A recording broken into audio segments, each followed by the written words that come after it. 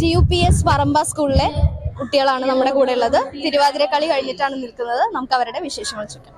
എങ്ങനെയുണ്ടായിരുന്നു പെർഫോമൻസ് ഒക്കെ? ആരാ നിങ്ങളെ പഠിപ്പിച്ചത്? സ്കൂള് നന്നായി ചെയ്തോ?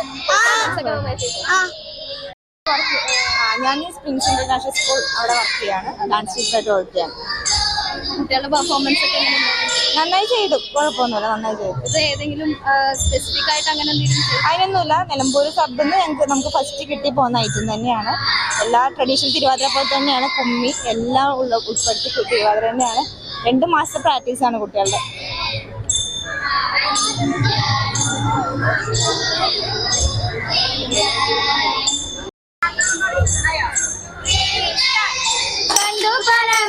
പാർവതി താനുമായി കൈലാസമാമലത്താൻ മുകളിൽ കണ്ടു വസിക്കും കാലം അന്നൊരു വിദ്യാധരനുമായി നേരത്ത് കടൽപ്പാടം കുല കാഴ്ച വെച്ചു.